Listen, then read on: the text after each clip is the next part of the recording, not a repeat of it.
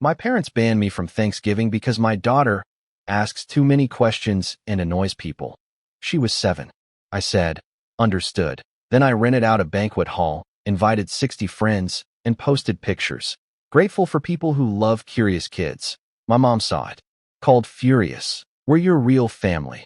I said, real family shows up, and my mom called while my daughter was asking the DJ how his speakers worked.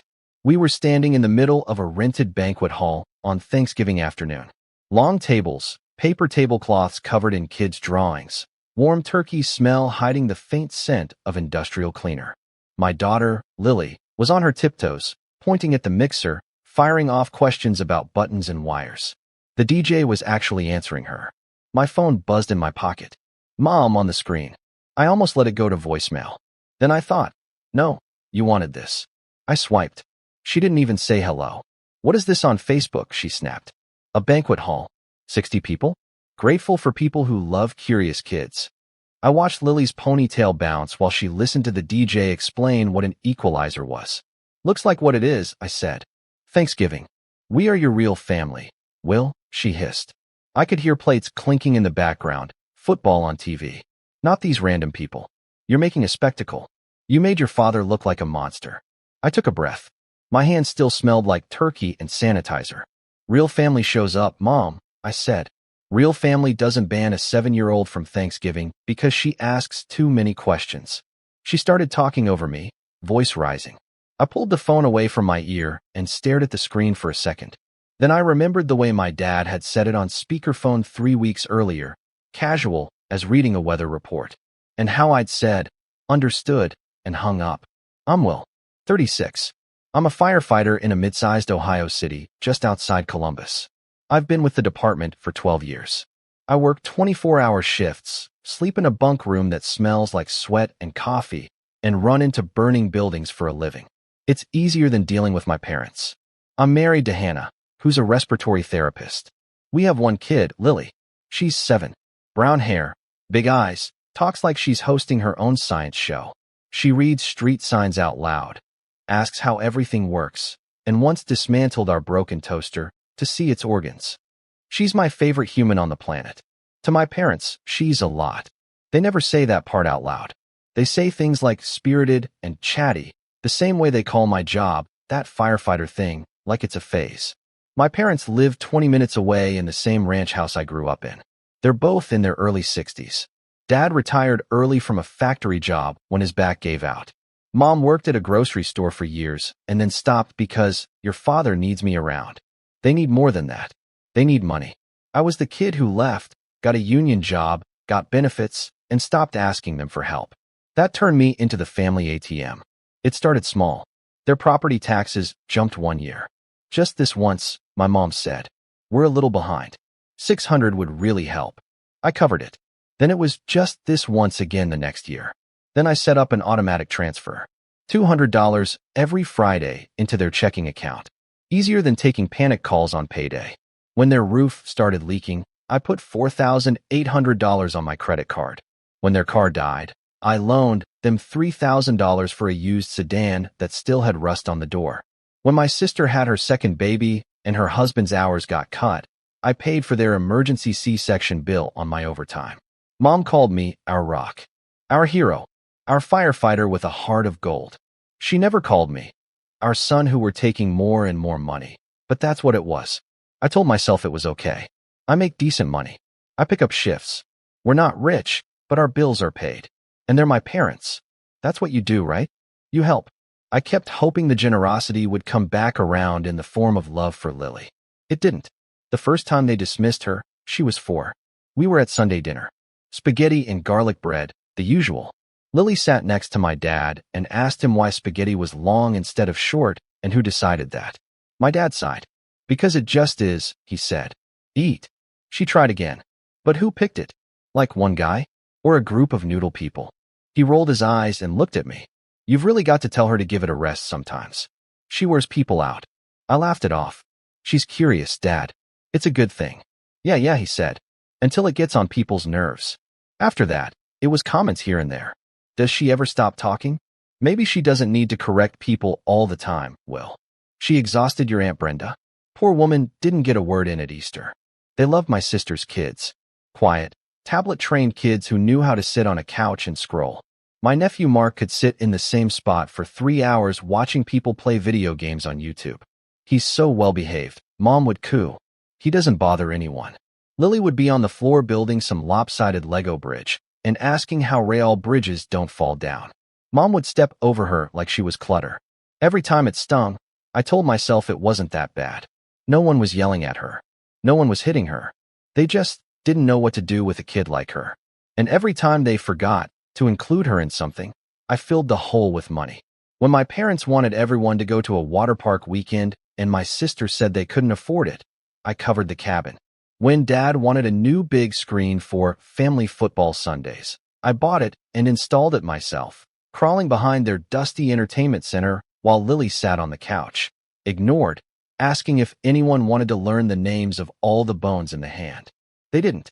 The real shift started last year. My parents decided they wanted to go on an Alaskan cruise for their 40th anniversary. Price tag, about $8,000 for the package they wanted.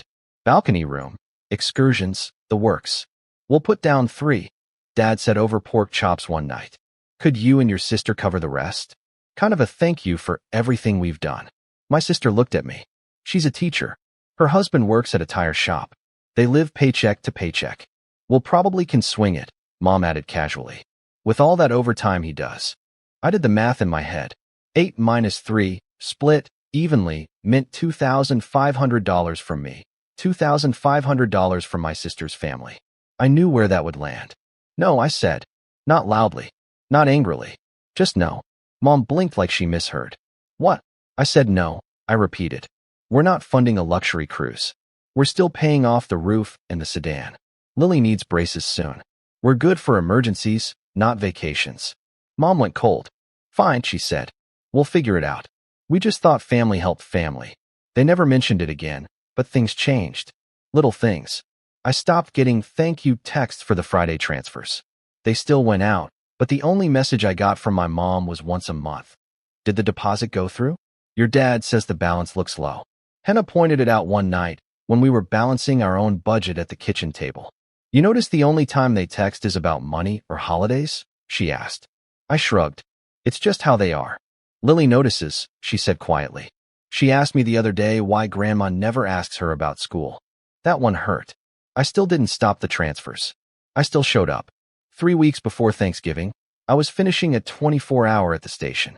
We'd had 3 calls overnight. Nothing dramatic, thank God. A kitchen fire that we caught before it spread. An old guy who fell and needed lifting help. An alarm that turned out to be burnt toast in an apartment building. I was sweeping the bay when my phone buzzed. Mom on the screen. I put it on speaker and leaned the broom against the engine. Hey, Mom, I said. What's up? Are you at work? She asked. Yeah, but we're quiet. Everything okay? She cleared her throat. Your father and I wanted to talk about Thanksgiving. My stomach sank. Okay. So, she started, stretching the word. We've been talking, and this year, we think it's best if it's just adults and the kids who don't, need so much attention. I frowned. What does that mean? Well, she said. It's just, Lily asks a lot of questions. It's cute when they're little, but she's 7 now, Will. She interrupts people. She corrects your father. Last year, she made your Aunt Brenda cry talking about house fires. It's a lot. People end up annoyed. I was suddenly very aware of the engine bay echo, the hum of the soda machine, the smell of diesel. So you're saying she's not invited? I said slowly. It's just for this year, Mom said quickly. We want a peaceful holiday. No interrogations. No having to explain every little thing all dinner. You and Hannah can still come, of course. We'd love to see you too.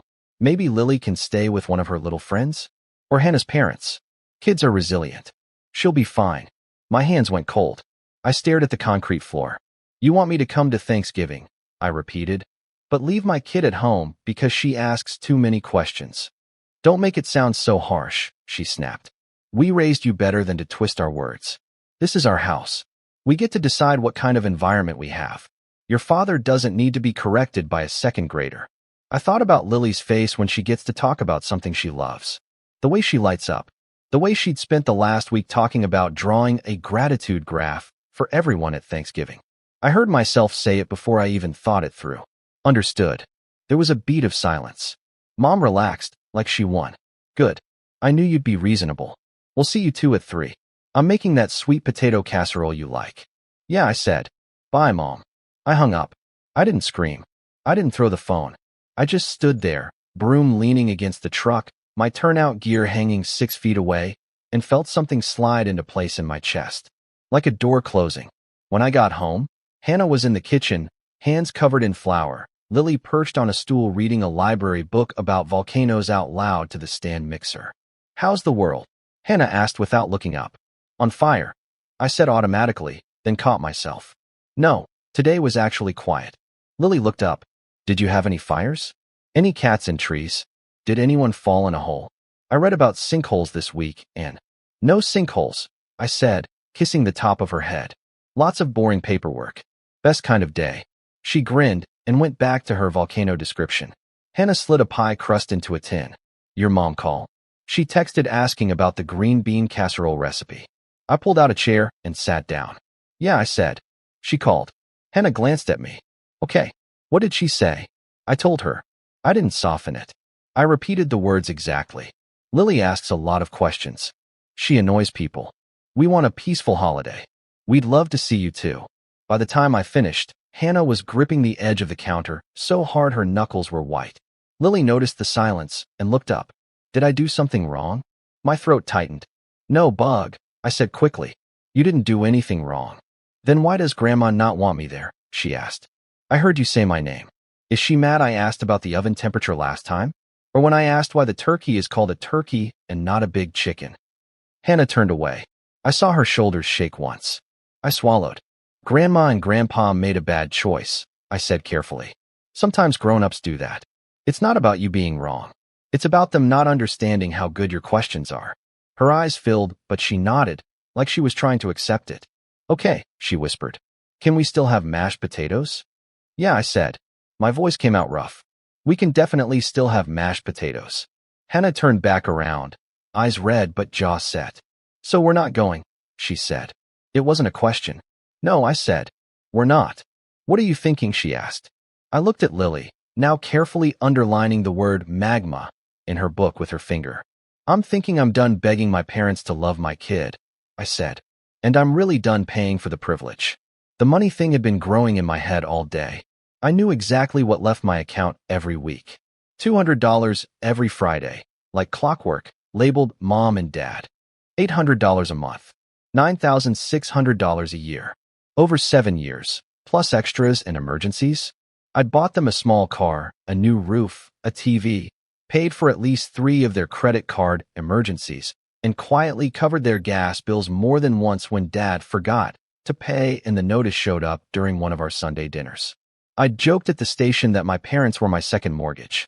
It wasn't funny anymore. That night, after Lily went to bed and the house finally got quiet, I sat at the kitchen table with my laptop. Hannah sat across from me, chin in her hand. You sure? She asked. No, I said. But I know what happens if I don't. They keep doing whatever they want, and I keep funding it while they treat Lily like she's an inconvenience. I opened our credit union's website, logged in, past two-factor. Clicked on scheduled transfers. There it was. FRI, $200. Checking 8342, Mom and Dad. Recurring, no end date. No end date. I stared at those 3 words for a long time. Then I clicked edit. The screen asked for a new amount or an end date. I scrolled down and hit cancel transfer. A warning popped up. Are you sure you want to cancel this scheduled transfer? This action cannot be undone. My finger hovered. I thought about my dad handing extra gravy to Mark while ignoring Lily's explanation of why Venus is hotter than Mercury. I thought about Mom saying, we want a peaceful holiday, like my daughter's curiosity was a riot. I clicked yes. Transfer canceled successfully, the green banner said. I took a screenshot and saved it in a folder called Boundaries. Hannah snorted when she saw the file name. Then I opened a new account. Nickname, Lily's Questions Fund. I moved $5,000 into it on the spot. Money I'd been setting aside to help my parents redo their kitchen sometime next spring. Hannah watched me. What are you going to tell them? She asked. That they're off my accounts, I said. And that I won't fund a family my kid isn't part of. She nodded slowly. Good. And, I added, I'm going to make sure Lily has a Thanksgiving where every question she asks is treated like a gift, not a nuisance. Hannah raised an eyebrow. Oh, yeah, I said. If they don't want her at their table, I'll rent my own. I'd never booked a banquet hall before. Turns out, the VFW 2 towns over had one. Nothing fancy, just a big room with acoustic tiles, round tables, and a slightly sticky dance floor. I called on my lunch break. Thanksgiving, the woman on the phone repeated. I could hear a TV in the background. You know that's 2 weeks out, right? I know, I said. You got anything? She laughed. Every other year we'd be booked solid. This year, couple cancellations. COVID spooked some folks again. You a member? Firefighter, I said. Does that help? It does, she said. We give a discount to first responders. How many people? I thought for a second. My first instinct was small. Just us, Hannah's parents, maybe my buddy Joe from the department, and his family. Then I thought about all the people who'd ever told Lily. That's a great question. Instead of stop. Her teacher. Our neighbors. The older couple who ran the little bookstore downtown, who always let her sit on the floor and read. Put me down for 60, I heard myself say. She whistled. Big crowd. You doing catering or potluck? Bit of both, I said. I'll cover the basics. Turkey, potatoes, stuffing. Everyone else can bring something if they want. We hashed out the details. Room from noon to 6. Tables included. Sound system available. Total price, just under $1,400 with the discount. When she read the number, my stomach clenched. That was almost 2 months of my parents' transfers. Then I remembered I'd just canceled those. I'll pay the deposit with a card, I said. After I hung up, I sent one group text, then another, to our friends from the station, to Lily's teacher, to our neighbors who always wave from their porch, to Hannah's coworkers, to my cousin Jake, the only person in my extended family who ever got down on the floor to play with Lily at holidays. Hey, slight change of plans. We're doing our own Thanksgiving this year. I rented a hall. Kids welcome. Questions welcome. Curious kids especially welcome. Come if you want loud, messy, honest. The RSVPs rolled in faster than I expected. Yes, Joe texted. We'll bring mac and cheese and my mom. She's loud. You'll like her. Lily's teacher wrote. I would be honored. I'll bring pie and my husband and his terrible dad jokes. Our neighbor, Mrs. Patel, sent. We don't normally celebrate Thanksgiving, but my kids would love to come. I'll bring samosas. Jake wrote back. You know this is going to start a war, right? Then, a second later, I'll bring beer and potato rolls. I didn't invite my parents. I didn't tell them anything. I let them assume we were being reasonable and showing up alone. On Thanksgiving morning, the firehouse was quiet when I dropped off some pies for the guys on shift. When I came home, Lily was already dressed in a yellow dress with rockets on it and leggings with planets. You ready? I asked. She nodded seriously. Do they have microphones? She asked. In case people want to ask questions and I can answer, or maybe I can ask them. Hannah smiled. I'm pretty sure they do. At the hall, we spread butcher paper on the tables and set out crayons instead of place cards. I wrote in big letters. Write one thing you're curious about. People started trickling in. Joe and his family. Hannah's parents with a crock pot of something that smelled like butter and heaven. Mrs. Patel with 2 giant trays. Lily's teacher, Mrs. Nguyen, with her husband and a stack of board games. Every time someone new walked in, Lily's eyes lit up. Hi, Mrs. Nguyen. Are you curious about anything today? We have a curiosity table, she said, pointing to the paper. Mrs. Nguyen laughed. I'm always curious, Lily. I might need a whole table. We ate. We talked. Kids ran around without being shushed every 2 seconds. Someone turned on music. The DJ, Hannah's friend's cousin, sat up in the corner and let the kids talk into the microphone between songs. At one point I looked around at all these people who weren't family, technically. No shared blood. No guilt contracts. Just people who liked us and liked my kid exactly as she was. My phone buzzed. Mom had finally seen the Facebook post. A picture Hannah took of Lily standing on a chair at the curiosity table, marker in hand, writing, "Why is the sky blue?" in shaky all caps. The caption, "Grateful for people who love curious kids." I'd tagged the location. VFW Hall, Thanksgiving 2.0. The comment count was already climbing. I answered Hannah's questioning look with a shrug and headed toward the corner to take the call. And that's where we started. Her yelling, me saying, "Real family shows up." I put the phone back to my ear. You think this is funny? She demanded. Embarrassing us like this? Your sister is in tears. Your father had to lie to your aunt and say you had a shift. I didn't ask him to lie, I said.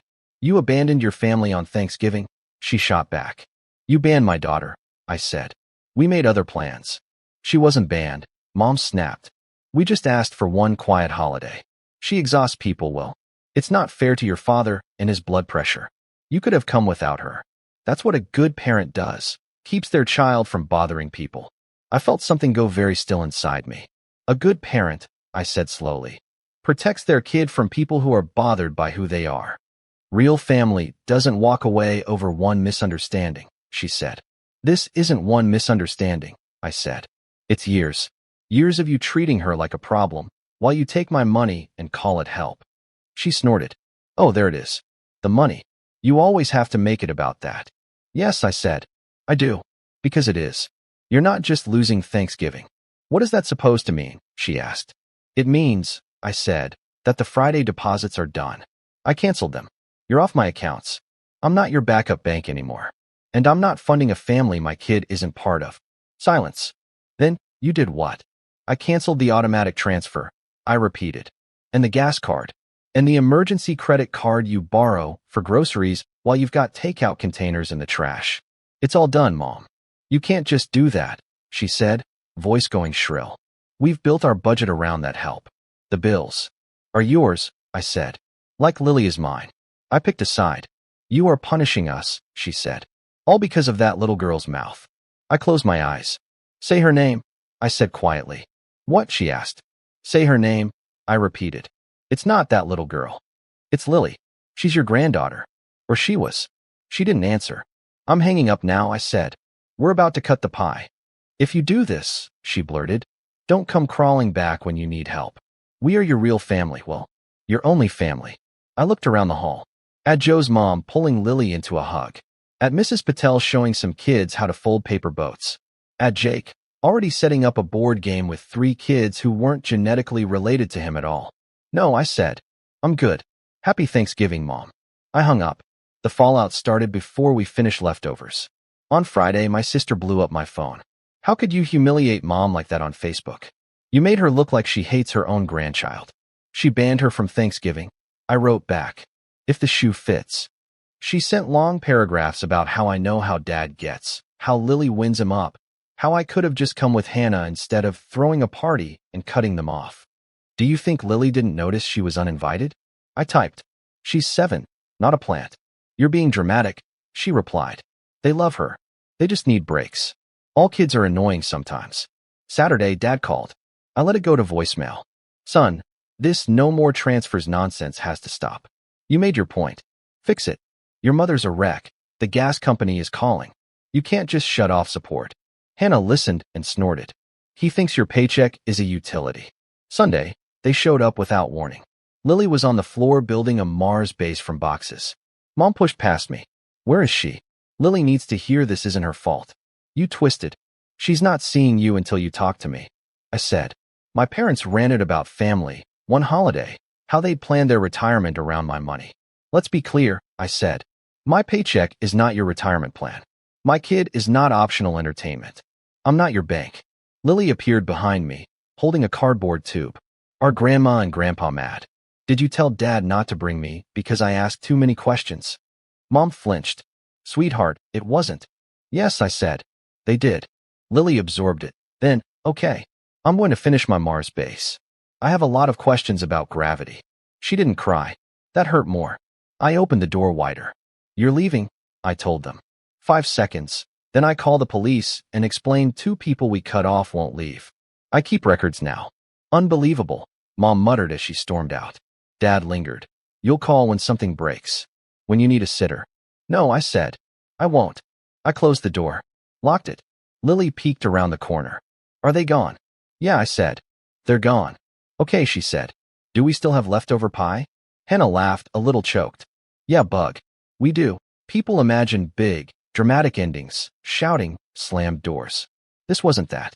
My parents didn't blow up my life. They faded out of it by refusing to see my daughter as a whole person unless my money came with her. Canceling the Friday transfers and renting that hall weren't revenge. They were a line. Simple. If you can't love my kid as she is, you don't get my money, my time, or my presents. You don't get my holidays. You don't get the version of me that apologizes for her. You get the empty chairs. And I get to fill them with people who hear a 7-year-old ask, why for the 5th time, and instead of sighing, lean in and say, good question. Let's find out.